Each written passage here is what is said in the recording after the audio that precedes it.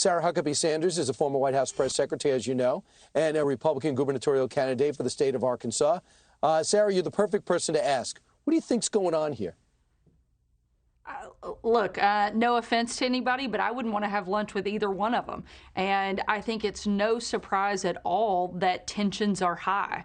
When every single thing that you are responsible for and working on is falling apart, whether it is record high crime, whether it's the crisis at the border, whether it's inflation, everything these two touch, they destroy. In fact, it seems to be the only thing they're in sync on is that whatever they're working on, they ruin it. And it is no surprise that there is constant infighting and tension, because that's usually what happens when everything's going wrong. When things are going well, people get along a lot better, but that's not the case certainly in this White House or in this administration. A couple of times it's chronicled in this brand new book coming out, going behind the scenes. It looks like when Joe Manchin needed to be persuaded, she was actually asked to leave the Oval Office so Joe could do it himself. Another time he went behind closed doors to try to convince Republicans to go for his Build Back Better plan. And when she started to talk, he shut her down right away, to the point where some Republicans said it was really alarming. The quote is, in such a harsh tone that even the Republican senators were taken aback. I mean, that's tough. You get dressed down in front of the other party. I mean, I think Joe Biden has figured out what most of America figured out a long time ago, is that she's not bringing anything to the table. One of the biggest things that she was handed and asked to be responsible for was the crisis at the border. She refused to go to the border to actually address the problem, to deal with it, and it has only gotten exponentially worse since she was asked to look over it. It's absolutely shouldn't be surprising at all that there is a lot of friction there.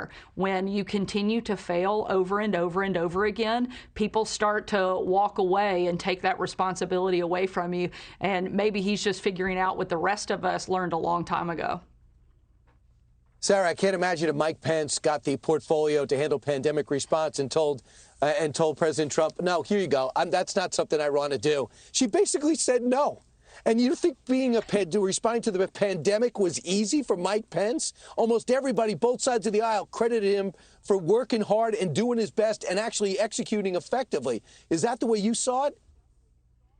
Absolutely, and there were a number of other moments where he was a great ally and a great representative on the Hill. He was one of the first people when the administration was pushing specific policy points and packages, and they needed to bring members on board. He was one of the first people deployed to go to the Hill and talk to members of Congress and get them on board. One, because he had the president's confidence to do so, and two, because he had relationships with members and they respected him. That is certainly not the case here, and you're seeing that play out in real time.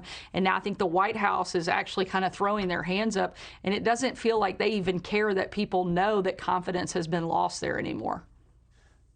I know. Real quick, I want you to hear this. You're a mom, and I want you to hear what the president said about kids when they're in school as it relates to teachers. Listen. We always talk about these children. They're not someone else's children. They're our children.